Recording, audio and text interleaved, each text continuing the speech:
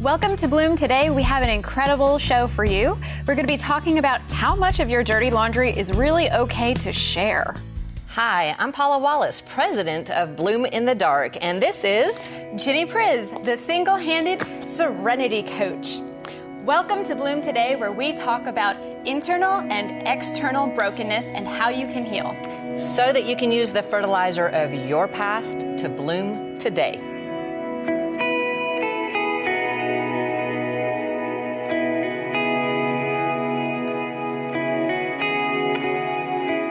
Welcome. So today we're talking about how much of your dirty laundry is it okay to share? And that's kind of funny for me right now because my washing machine has been broken and messed up and I have had a lot of dirty laundry and I have been having to share it with other people. I have had to take it to Ginny's house to actually get some laundry clean. I've taken it to a couple other people's houses and I've had people coming in to fix my washer and they've gotten to see my dirty laundry. But I don't think that's the kind of dirty laundry we're talking about this time, is it, Ginny? No, not really. I think more so we're talking about what kind of dirty laundry as far as in your own life, in your emotional life, in your complaining life, in your gossip life, what is really okay to share and what is not. Because so many times we feel like there is shame surrounding something that we've done. We're not necessarily going to share that. Oh, but I could go on for hours and hours complaining about this person that was in front of me at the grocery store and everything that they did wrong today. So we're talking about maybe it's not a good idea, especially on social media, to share other people's dirty laundry. Absolutely. But it's different if I'm sharing my dirty laundry to actually help somebody else understand that they're not alone in the ugliness of their life. What do you think of that? Absolutely. Story is so important for people's healing. And it's so important to know that you're not alone, that you can heal. There is hope in healing. We've used this in each of our own ministries as well to tell stories. And so many people feel like mine's not really important. Oh gosh, I don't know if I even have anything to say. But if you've already healed from something and let God come into that, then absolutely share it. If God hasn't come into it and hasn't healed it, maybe you want to share that privately with someone that you trust. That's probably the best so that they can help guide you in how to actually heal from it. Putting that out on Facebook may not be your best choice. Well, I know that it can affect your employability in the future. Absolutely. If you're just randomly putting dirty laundry out there. But I also know that one of the reasons we don't share our dirty laundry, even when we should, even when it would help other people, even when it's a testimony that can change other people's lives, is because we have shame, we have embarrassment, we have these feelings that come and bury us, and then we're not actually willing to share that brokenness that might actually let someone else know that they're not alone. Mm-hmm. And that there could be hope if you're in that place of having found healing. Mm-hmm. So how have you found hope out of somebody else's dirty laundry? Yeah, that just sounds so funny. How have I found hope? Well, I've actually found hope through some of your dirty laundry, knowing that you have gone through different kinds of brokenness and abuse, and especially with emotional abuse in the past. That has helped me to realize exactly what has happened in my life. And so I could put the dots together and know that if he's come through that situation and you've been healed, then I can be healed as well. Well, and I found out through somebody else who'd been through something very, very embarrassing involving their ex-husband that matched and mirrored a situation with my ex-husband. When she shared her dirty laundry with me, it gave me hope for the first time that somebody else had been through what I was going through. And if they had survived it and come out with beauty and grace afterwards because God had stepped in healing, that maybe I could come out of this similar situation with healing, with cleanliness, with clean laundry. Yes. Instead of just the dirty laundry, and that I would have the ability to wrap myself in Christ's righteousness instead of it just being about the dirty, ugly, broken things that were in my life. Absolutely. And I do want to just quote, if I could, Ephesians 5:13, because this is so important for our mission and this show and what we're trying to do. But what it says is this: but everything exposed by the light becomes visible, and everything that is illuminated becomes a light. So by sharing those broken things and how we've healed and the dirt and the muck and the pain and the hurt and how we brought Jesus into that, he transforms it. As he transforms us as well. And instead of it just being another notch in the belt of Satan, it ends up to be this beautiful light shining out to those people who are still hurting, saying, we've found some healing. We've found something. Come and see what it is. Right. And I found out that when I realized that shame was actually something that Satan was putting on me, Yes. to try to bury me, to try to make me hide and run away and not reach out for healing, not be willing to admit the truth of what was going on inside, not face the brokenness that was inside of me, or the victimization or abuse, then he could continue to break that, because you can get blackmailed by secrets. Absolutely. But if you have that secret come out as public knowledge, do you know that nobody can ever blackmail you about it again? Absolutely. They have lost their power over you. Right. Everybody already knows. So what do you blackmail them with? There's no reason to hide it at that point. And so when I realized that looking to God gave me the opportunity to separate myself from the shame, from the embarrassment, like Psalms 31:17 says, let me not be put to shame, Lord, for I have cried out unto you. And that's where getting out of the shame starts, is crying out unto God. But let the wicked be put to shame and be silent in the realm of the dead. And that's where I found out that actually separating myself as the victim from the person who had done the harm gave me the opportunity, physically separating emotionally from that damage, and recognizing that I wasn't the one that needed to carry that shame. Absolutely. Because that's what the enemy does. He comes in and he says, no, it's your fault. You're the one. Because here's how the enemy works. And he did this with Adam and Eve in the garden. What happened right after the fall? They hid. They hid from each other. They hid from God. And that's exactly what Satan wants to do in your life as well. He wants to tear you away from God, tear you away from the people around you, put you in a corner and say, there, you stay there.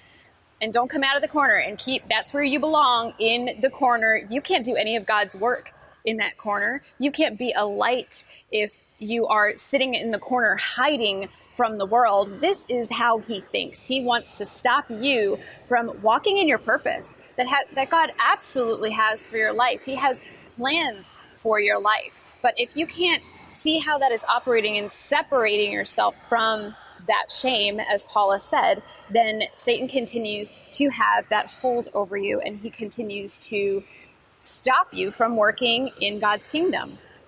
But here's what I know to be true about God and about his heart, is that God despises shame. That's the first thing.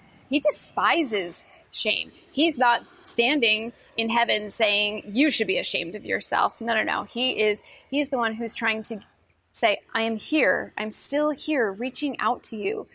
Even if you've chosen the wrong thing, I'm still here waiting to love you. Just turn around from out of your corner. Hebrews 12:2 tells us Jesus endured the cross despising the shame. Look, there's no way that was his shame. He never sinned. What he despised was the shame that was put on him that we've endured. He endured that for us on the cross. And when he felt that, he despised it because it was something not of him. It's not of God. It's of the enemy. So he despises that it would be there. And not because it hurt, just because it's not of God's heart to be sharing. So that tells us that shame is a tool. It's a tool that the enemy uses, and it tears you away from God. The second thing is that God dispels shame. Did you know that? I love that. Psalm 34:4-5 says, I sought the Lord. Check that. I sought the Lord, and he answered me. He delivered me from all my fears. Those who look to him are radiant. Their faces are never covered with shame. Wow. Okay.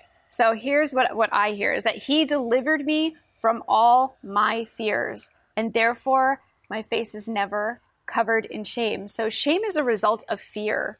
It's all fear-based, and we know that there is no fear in perfect love, in God's perfect love. So again, it's there, but God is able to remove that and take that away if we seek him. We turn to him. We turn out of our corner of shame that the enemy has put us into. We turn around and we look to him and we seek him out. And he will help that shame to be dispelled from our life, from our mind, from our heart if we keep looking to him, keep chasing after him. And the Lord will show us right from wrong. But we have to repent of the things that we've done and then seek after the Lord. The third is that God replaces shame. So he doesn't just dispel it and then leave this empty, blank, black hole for you to fill in whatever you want in there.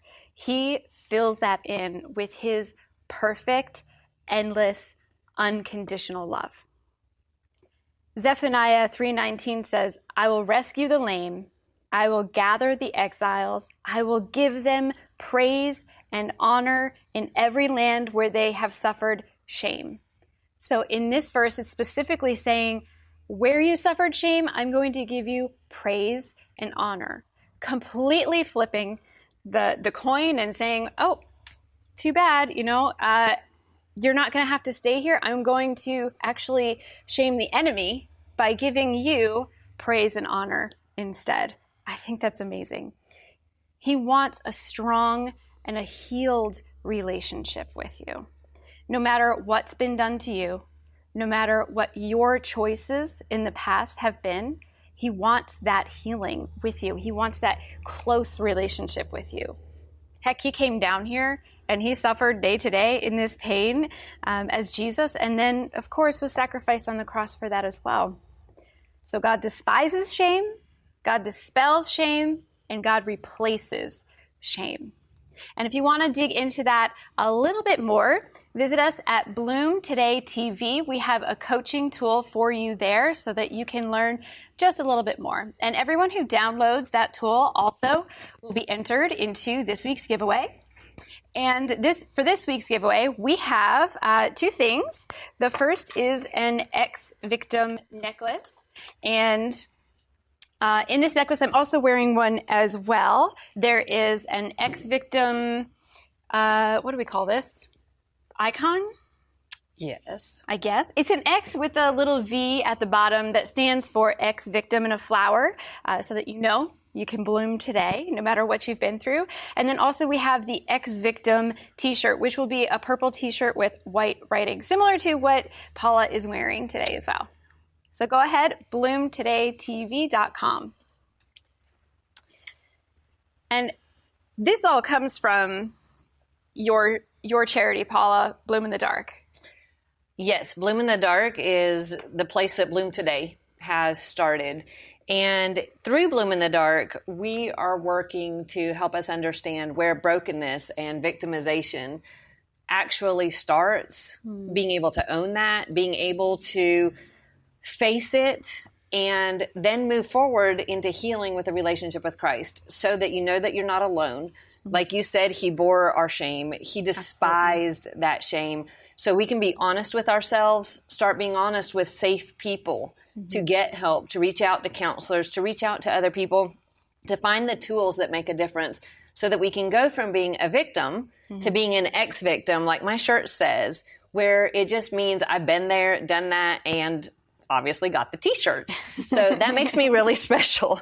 But we want you to know that you're not alone and that there's hope. And we do that around the country through sharing books and sharing testimonies and handing out tools and speaking. And it's just a great way for us to let everybody know it's okay to air your dirty laundry when you're getting it out there, to go into a washer and get it out clean. And then you can show people the before of victimization, the after of being an ex-victim, where the dirty laundry is always shown as it will then be clean. And we have to recognize that our laundry is dirty and we are a victim in order to understand that we need to put it in the washer. Otherwise, we'll just be walking around in denial in our dirty, dirty laundry. And it's a whole lot better and a lot less stinky to have clean laundry. Yes. It is a whole lot better to take our broken and dirty places to Christ and actually let his blood that washes and cleanses us and makes us whiter than snow, to actually have that be the most beautiful garments instead of the ugly, dirty laundry. Absolutely.